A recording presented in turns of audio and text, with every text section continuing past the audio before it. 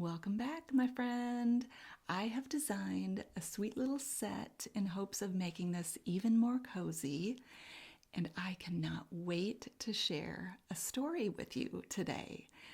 If you know me from Instagram, you know I love exploring a rabbit hole, and this one starts in, I'm going to say June of 2025, this year. And let me start by saying, I love me some Zillow. I mean, I've got that app on the homepage of my phone, and I love it when a new property pops up. Even if we're not looking to buy, I just love to read about it, see where it's at, go street level, zoom around. And one such property did that in June. That was right down the street from some of our relatives, and we couldn't resist scheduling a showing to take a tour of this tiny little house. I actually made a rock recently inspired by our visit, and I didn't make the rock, I painted the rock. That's what it used to look like. And here's what it looks like now. Little bushes out back. Now, of course, the cottage that we looked at was a bit bigger than that, but it was still so cozy and so quaint, and it had creaky wooden floors and original wood windows and wallpaper that made my mouth water. And I hope you know what I mean by that. It was just glorious. The light that came into that place was otherworldly almost. And I really felt attached to it. Fast forward to my brother-in-law helping me do a little research and finding out who the original owners were, which led to me finding out who the second owners were. And those folks stayed there until they were no longer with us. But oh my goodness, did we have so much in common. They loved art, and apparently they had quite an amazing collection. And he was even the president of the local art society. So of course I wanted to know more. And when my brother-in-law told me that they had actually been to an estate sale in that very cottage about 6 months prior, I wished I could rewind time and go with them. But then I found out that what didn't sell in the estate sale made its way to an antique mall right up the road from me. I couldn't get in the car fast enough. So let me tell you about the day that I went there. I go strolling up in there, and the gal behind the counter says, "Can I help you?" And I say, "Do you know where," I forget her name now, so-and-so's booth is? Because I think she has some things from an estate sale that I wished I could have gone to. And she says, "Oh yes, follow me." And she hightails down one direction and then another and leads me to this booth at the back corner of the store. Oh, and then she says, all of the things from that estate sale are marked with the name of the town on the tag. And then she sets off, and I dive in and find so many amazing things. I mean, it's like this woman and I were just kindred spirits. There's art, there's needlework that she never finished. There are big collections of old matchbooks. There was, oh my goodness, an entire collection of the prettiest cut crystal glasses monogrammed with their initials. And then I find a table covered in books, and I'm like, what kind of adventure am I going to find here? And when I tell you, I found the sweetest book filled with my best love stories, written by a woman who's no longer with us, that had such an amazing spirit and such a way with words. Oh, I'm telling you, this is it. It's falling apart in places, and so some of the pages aren't even connected, but I promise to take care of it. And I'm going to share just a few pages with you today. And this is really what led me down a whole nother rabbit hole. And I'll tell you about that after I read what sparked the adventure. Oh my gosh, I forgot to tell you too. It's actually signed by the author, Mollie Dowdle.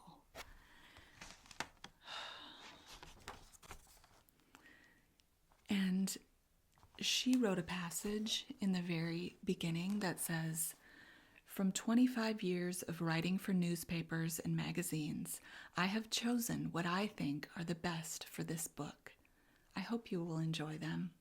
Mollie Dowdle, 3147 Cemetery Road, Cedro, Woodley, Washington, 98284. Her home address. Isn't that sweet?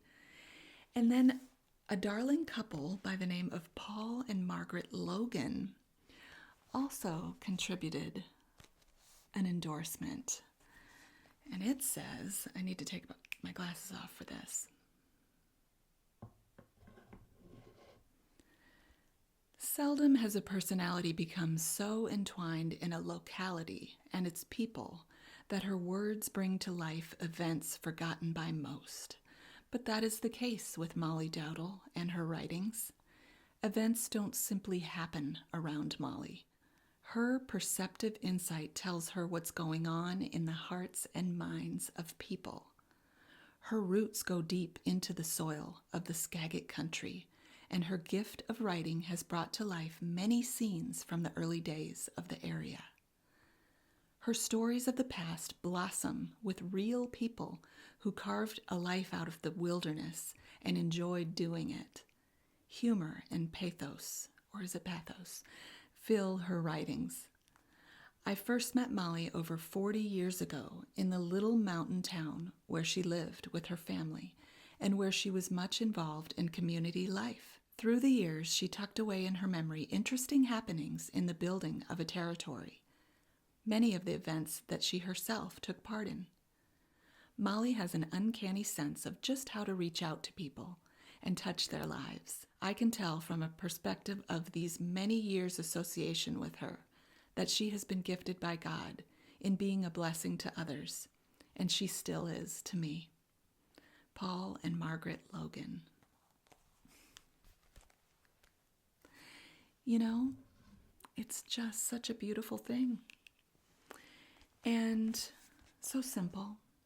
It doesn't have to be complicated to be a book of best love stories. I assume this is her when she was little, and she included a picture of her adult son, who I think never moved away, stayed with her all her life. His name's Wall. And so the story that really what was that?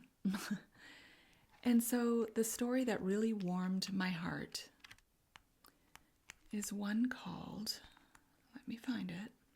I should have had it marked for you. Although maybe the sound of flipping pages is relaxing too.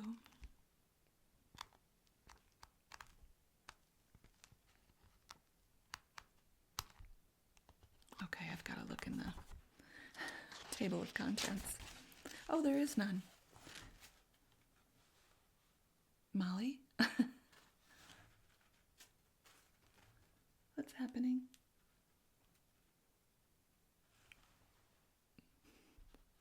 We're just going to go with it. Okay.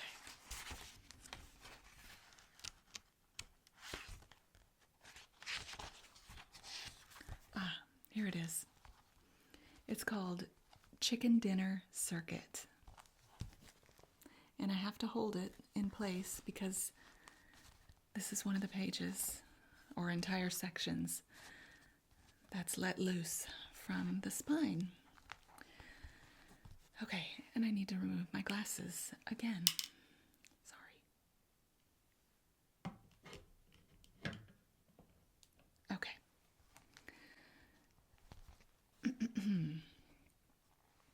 Buckle up. Chicken Dinner Circuit. Down in Medina, West Virginia, lives a little senior woman who writes so homespun with such reality that the Wall Street Journal was attracted to publish some of her cheery articles. Mary McBride was over 60 years old when she was invited to be a local correspondent for a weekly newspaper. Her education was limited, and she hardly knew where to begin, but it boiled down to just news of local people in a tiny town that isn't a wide spot in the road, consisting of a church built in 1886 and 3 farmhouses. But it was Medina on the map, and Medina had rural news. Mary writes longhand at an old round oak table, and she so attracted a veteran newspaper executive with her small town and country chronicles that he felt led to write about her. This man, Isaac Newton, says of Mary's chronicles, "They have drifted out of style in recent years because space is vital and a newspaper has become much more polished and sophisticated. 20 or even more years ago, there used to be something more than war, treaties, and tragedies. Weekly newspapers have declined to about 700 in the entire American news world, and subscribers have fallen off until neighbors don't know what each other are doing now." Newton called it chicken dinner circuit notes. But it seems Mary McBride has been bringing it back, and now her little column, called very simply Medina, is bringing it all back to life again. There are only 15 or 16 people in her little community, and she writes of those and their happenings. Certainly the focus of country journalism can be narrow when Mrs. McBride reports that a neighbor stepped on a nail last week. But he's doing fine now, with his wife's poultices of salt pork. Let's get to know Mary's near friends when she says, "Tenny Stanley must be wondering if I'm ever going to mention her name in my column. But I was shocked when she told me she was over 90 years old. But she looks about 60. Really you do, Tenny. I hope I hold my age as well." Mary's hands are shaky and she has arthritis, but she has fallen in love with writing. To begin her first column, she started with 13 people, including her father-in-law, who has recently passed on to his reward since the paper's correspondent had last appeared. "I had no idea I could write," says Mary, who cooks on a wood-burning stove and braids rugs and makes quilts in the winter. "I never felt I had any God-given talent, and I have but a small education." She was a 6th grade dropout because her mother died and she was needed to keep house for her family. Her home is a place of beauty with homemade quilts and braided rugs. She has small time for her writing and can't plan ahead. Quote, "Sometimes at midnight, thoughts come to me and I get up and jot them down." End quote. She can't type, she spells poorly, but her paper loves her column and it has spread to almost every state in the Union. She prefers to put the best face on the news. Quote, "I would never want to say anything that would hurt anyone." End quote. But Mary concedes it's not always that easy when you're involved in, quote, "journalism. I always consider people's feelings first of all." End quote. Some of her best contributions are about life on the small farm where she lives and remembrances of her past life. Quote, "I was born up yonder in the hollow from where Jimmy Smith lives now." End quote. And folks remember. Mary's writing have made her something of a countrywide celebrity. The paper has added numerous new subscribers since Mary joined the staff. There is a competing Herald Weekly whose editor says, from a point of jealousy, quote, "That gal does it as it should be done." End quote. "Oh, my lands," Mary says, "everywhere I go, somebody is sure to come up to me and say that I wouldn't miss your column for nothing." She has a stack of fan letters from as far away as Florida, Ohio, and Alaska. The readers don't know her personally, but many have lived in the roundabout area, and they say her column reminds them of their childhood homes. Some say it recalls a side of life they miss by living in the city. Quote, "Many folks would never doctor a sick hen, but I have one that was a patient all week," she writes, beginning one such item about tragedy in the barnyard. "Well, as a remedy, first I gave her Watkins liniment, then Pepto-Bismol, and Epsom salts. I remembered how good buttermilk is and started giving her bread soaked in milk. That brought her appetite back. and she is coming along fine now. Another sick hen had a bad leg, but after frequent applications of Bengay, Mary reports she is fine, except she limps like Chester that used to play on Gunsmoke. Mary often writes about animals she has in intensive care. Quote, "Some of the happiest days of my life have been with my mismatched chickens. I have every one made into a special pet," she says. Like most writers, Mary makes mistakes, like Mollie, but she handles them gracefully. Quote, "Well, yours truly got her wires crossed again last week, which isn't hard for me to do. But if my mistakes make haystacks, the cattle will do well this winter. Always my love to all of you, and I hope I do better next time. Always your friend, Mary McBride." I love her. And I love that Mollie loved her too. It's just so much magic in a tiny little book. And it's really what sparked the idea to find old copies of Mary McBride's comfort column, her chicken dinner circuit stories. And after searching online, sort of unsuccessfully, I mean, I could see little snippets here and there, but most of which wanted me to put my credit card number in and subscribe to see the whole thing. I thought about reaching out to someone in Medina, and I finally did reach someone who was able to point me in the direction of a local library that had microfilm of the old issues of that Herald.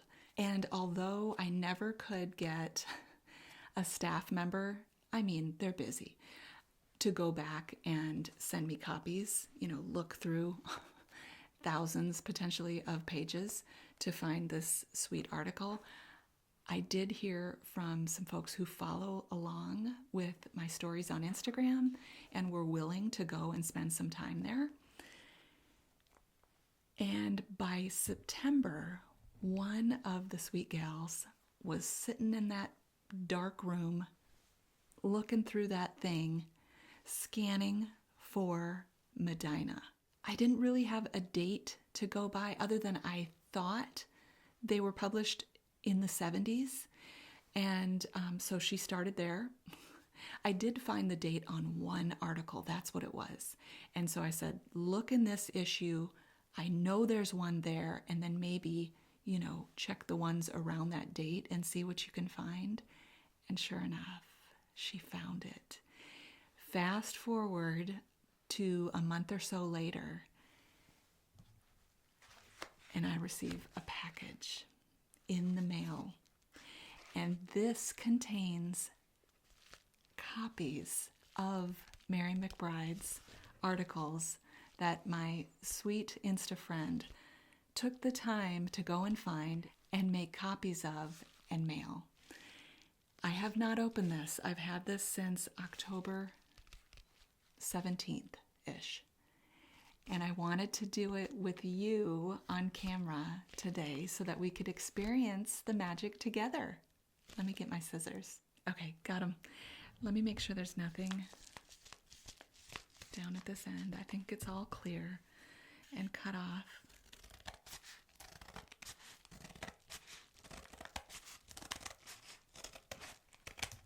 I can't stop smiling.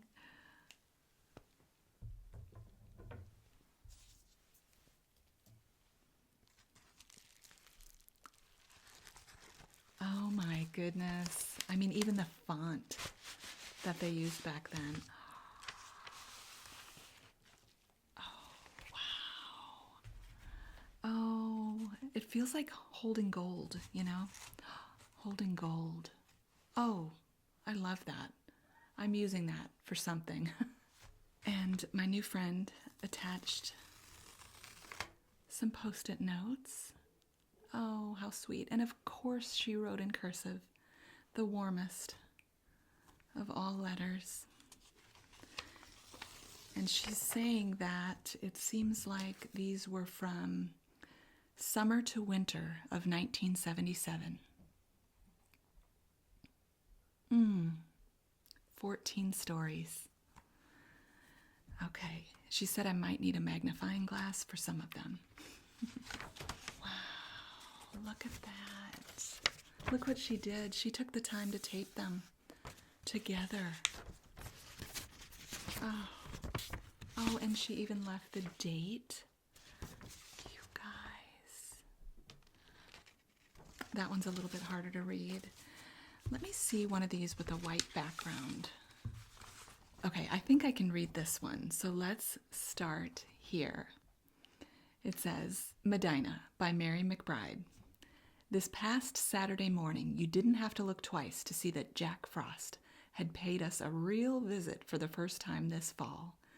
I did hate to see my flowers get frostbit, but we have to have winter. 15 years ago this fall, we didn't have a killing frost until the last night of October. The reason I can remember so well, I came home from the hospital that day, and Dara Mallet had been staying here with Mart and Grandpa. She had green beans on cooking that she had picked from the garden the night before. Hazel Thompson reported that they butchered a beef last week. Dressed, the beef weighed well over 400 pounds. I can't see this next sentence because there must have been a fold, but on Monday they had something together to get beef wrapped and ready for the freezer. Those helping were Helen Emmerich of Pettyville, Grace Thomas and Ray Corns of McGraw Run, Jean Thompson of Ripley, and Otis Thompson of Parkersburg. I received a postcard from my nephew, Darrell Moore, and his wife, Helen. They were on vacation in the western states, where they had traveled over the Rocky Mountains. The highest peak is said to be 12,180 feet, and some snow had fallen there. Darrell and Helen were going on to Monument Valley and Dead Horse Peak before returning home. I also received a letter from Vera Jones of Delaware, Ohio. She was wanting to know if I had started any slips from the fern she had given me. Yes, Vera, I did. It rooted quickly, and I am going to transfer it to a bigger pot soon. She also told me she was using spray starch and that it had made her sick. Ooh. It's hard to be sure what we are breathing when we use some of these new things. I stick to most of the old methods. In my opinion, nothing cleans windows better than hot water and a good helping of vinegar. Be sure to dry the windows with a paper towel. It's sure not very expensive.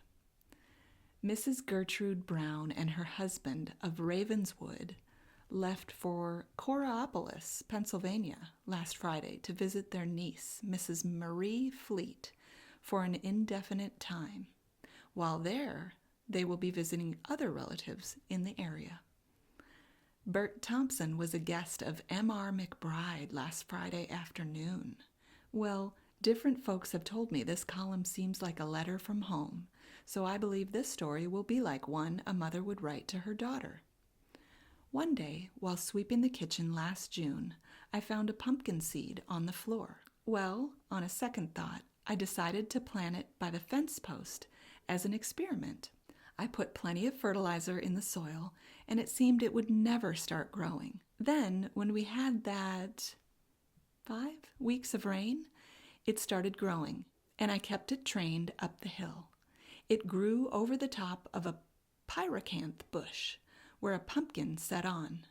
It was amazing to watch it grow, until, can't read the rest, continued to grow across my camphor rose. When the rose bloomed, it looked as if can't read the next. I kept wishing someone would come with a colored camera and snap a picture, but no one did.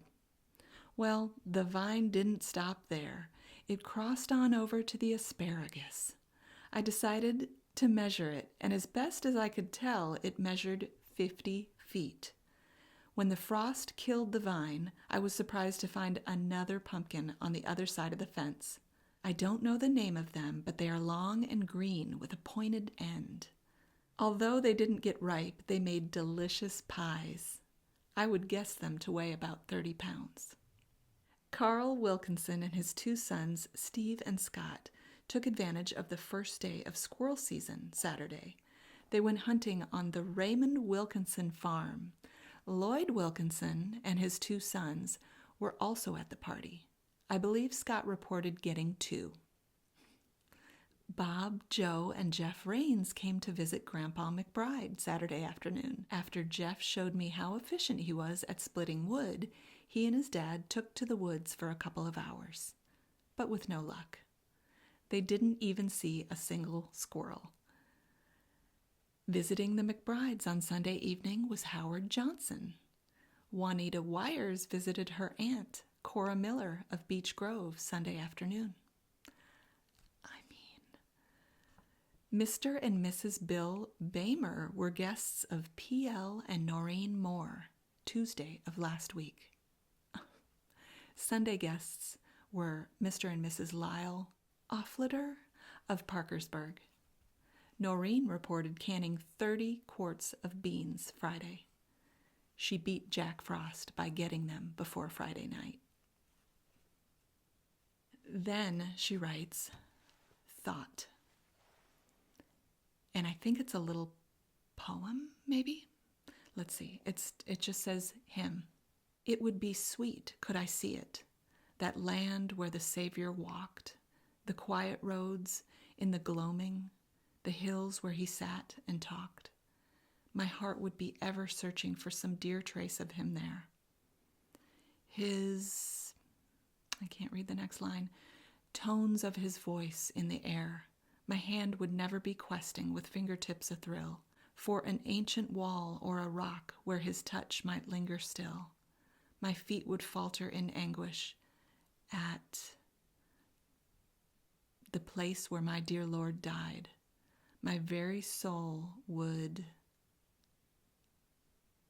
be sobbing. My heart would be crucified.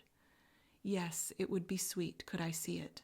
But my cup is filled to the brim with the blessed hope of seeing soon, not the place where he dwelt, but him.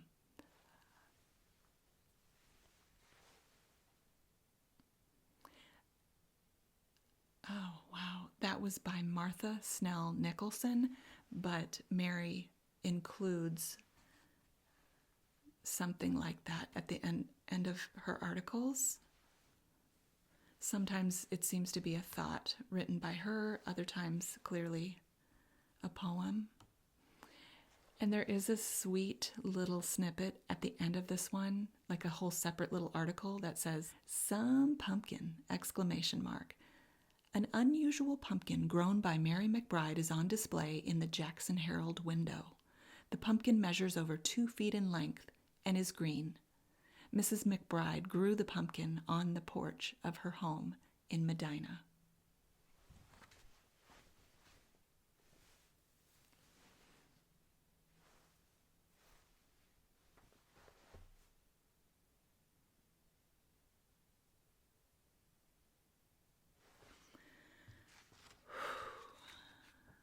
Nostalgia, you know? I need a drink. This is my little autumn mug. Speaking of pumpkins that aren't necessarily orange,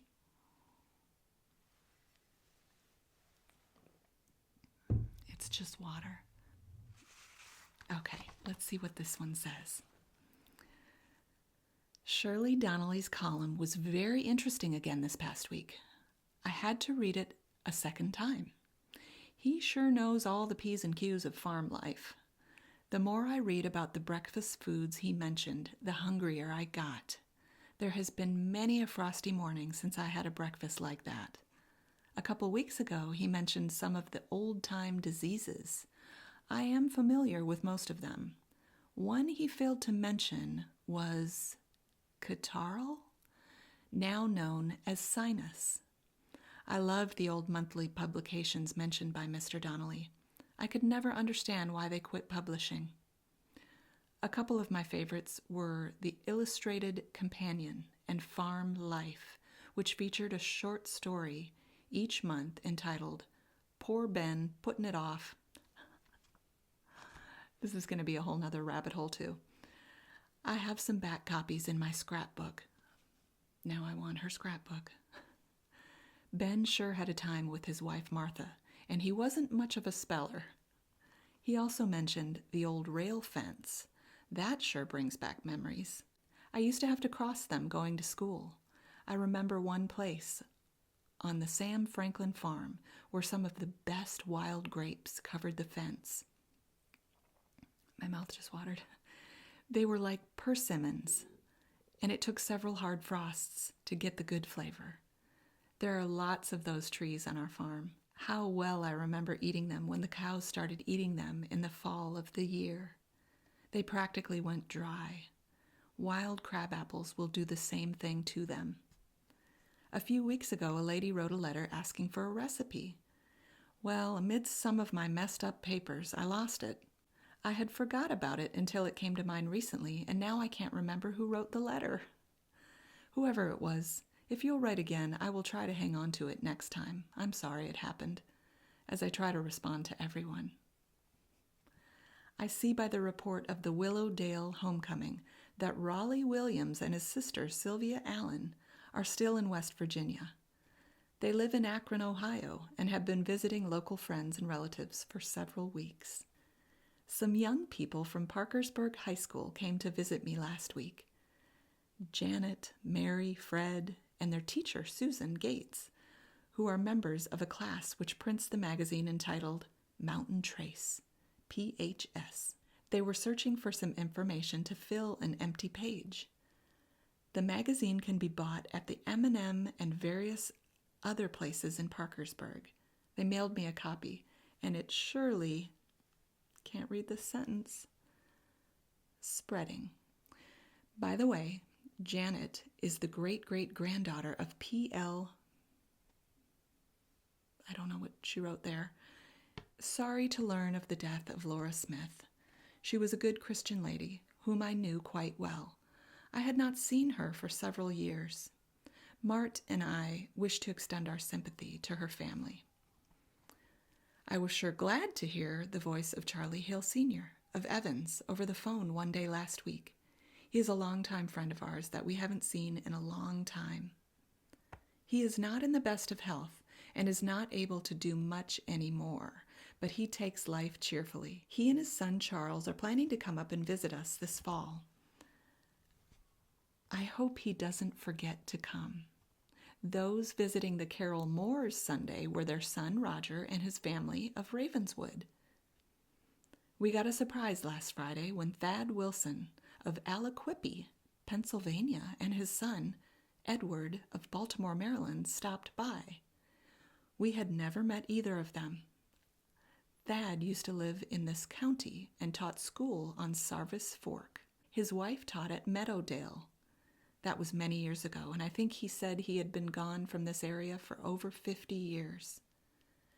Edwin's wife was the late Margaret Robinson Wilson. She died in 1964. As we knew several of the same folks they knew. They said they knew Jake by reading the Jackson Herald. I wish they could have stayed longer. If any of you ladies need colored foam egg cartons to make pretty things, pay me a visit. I have 4 dozen that just seem to be in my way.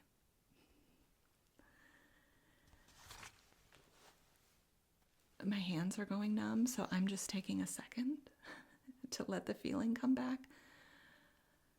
But let me just say,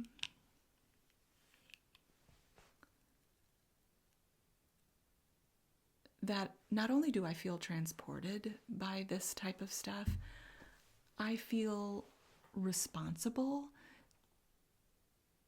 to do that now so that when others who come along one day can experience the homespunness of this kind of nostalgia, it feels like so much fun to just even think about, to be able to be so present and so connected, like these folks and this farm, and all the things that she sprinkles into these articles. And it's so much more than the sharing of an article or even the documenting of the present, which will one day become the past. It's like an invitation to slow down and savor the small things, you know?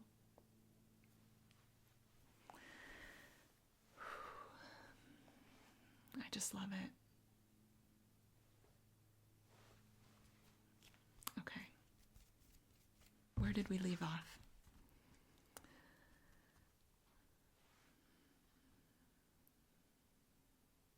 Was it the egg cartons? Yeah. Bert and Hazel Thompson of McGraw Run think they would have the winning tomato plant if there was a prize to be won. A plant came up by their cellar early in summer, and they have been watching it grow, thinking that Jack Frost was going to pay a visit soon. Upon measuring it, Bert found that it was 13 feet high. It had grown to the top of the cellar house and has produced quite a few tomatoes, I bet. Juanita Wires spent the weekend in Ripley with the Brady Bunch. She also attended a baseball game, as she has a couple of grandsons that play. We were sorry to hear that our good friend Milford Wilkinson had the misfortune of getting caught in his hay baler. He received a broken arm and a very badly bruised hand, which will have to have a skin graft. He is a patient in the Parkersburg Hospital, and his many friends wish him a speedy recovery. I had another letter from Marie Fleet this past week. This time she told me who her grandparents were. She said her grandfather was Haley Brown. She was born on his farm just above Ripley Landing and spent most of her life in West Virginia. After her grandfather died in 1950, her grandmother moved to Ohio, and she hasn't been in West Virginia much since then. She recently spent some time in the hospital, as she had back surgery. She also said she knew Clara Dell Brown, whom I mention occasionally. She asked me to tell Clara hello when I see her. Well, I don't see her once in a blue moon, so she can get the message when she reads the gossip.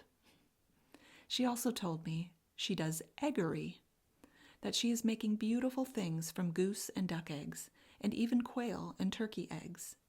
She wanted me to send her some guinea eggs. She is lucky, as I happen to have 2 in the refrigerator. They have been there quite a while, as my guinea never laid any more after she got hurt. I just figured someone might want one sometime, so I saved them. I still have my black duck egg, too. I may send it to her also. She told me the name of her aunt who lives in Ravenwood, Gertrude Brown. Now I will be able to send her the flowers she asked for. I have never seen anything made from eggshells, but folks tell me they really are beautiful. One person told me they knew a man in Cleveland who was really in that business. It was said that he has sold some of them for as much as $3,000. That seems almost impossible. He surely must have put diamonds in them.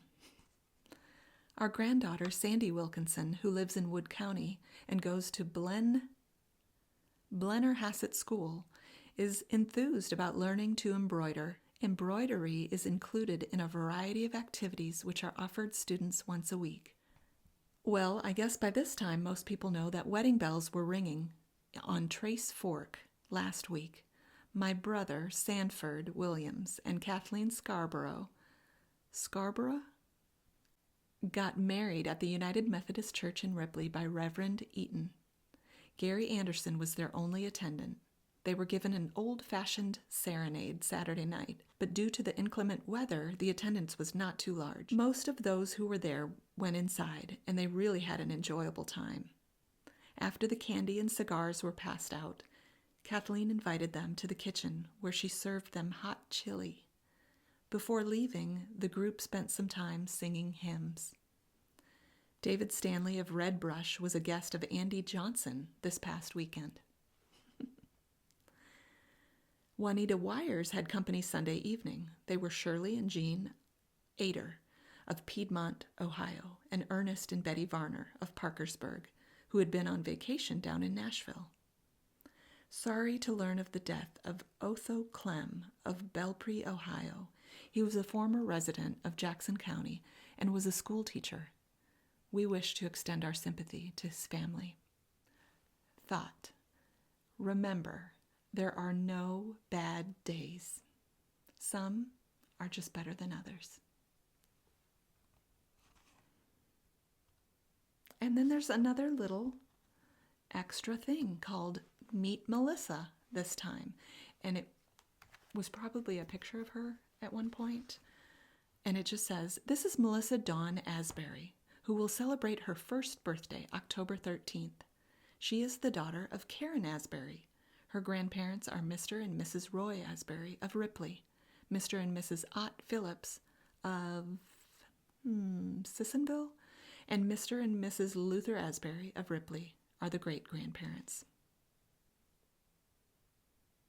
And then it says, another little separate article, making tea. When making tea, allow tea leaves and water to stand undisturbed for 3 to 5 minutes. Don't judge tea strength by the color. Rely on the timing. I love her. I love these. I love sharing all of this with you. I could go on and on. Let me know if you'd like me to. And gosh, go down those rabbit holes, folks. Enjoy slowing down, stepping back, being present, but also opening yourself up. Oh my goodness. Do you want to sit on my lap? Nope. Okay. Well, boop. Okay. I just went and got a little bite to eat, and now I'm feeling doubly nourished. And I wanted to add that, in this era of screens and speed and sameness, this feels so different and so down home and so wholesome and like such a treasure. And in an effort to create something similar, my husband and I have started a snail mail club. And so I'll share more about it down in the description below, but it's our effort to create something handmade, handcrafted, handwritten that would normally be stuck inside here or just available on a screen and takes it somewhere tangible. There will always be original art created by me. There will always be original poems or lyrics written by Kevin. We're going to include a link on the back so you can visit and listen. And these will be all acoustic, all meant to uplift, all meant to help folks wind down. Recipes and short stories and comfort columns. And you better believe we're going to sprinkle lots of other paper goodies in there too. My list of ideas is literally a full notebook page long, so we got to figure out a few things as far as the weight. We're going to hearken back to our roots, and I mean from the very start. I can't remember a time that I didn't draw, as a little girl. Kevin wrote his first song at age 6, and so we're leaning into that, and we're finding a way to put it out into the world in an effort to brighten someone's day or even just help them feel less alone, because that's what art and music and the written word has always done for us. And I'm grateful for folks like Mollie Dowdle and Mary McBride for being there always, because they wrote it down. And so I just want to throw that out there in case it sounds fun to get a day brightening envelope once a month We're in the early stages right now, but it's coming together so organically. And it feels so good to my soul just to even be planning to put this together. So that's how I know we're in the right direction. And it's going to be called the Warm Hug Mail Club. So if in this cold world you would like to receive something that feels like a warm hug, that's our mission statement, that's our North Star, check out the description below. We would love to send you a letter soon.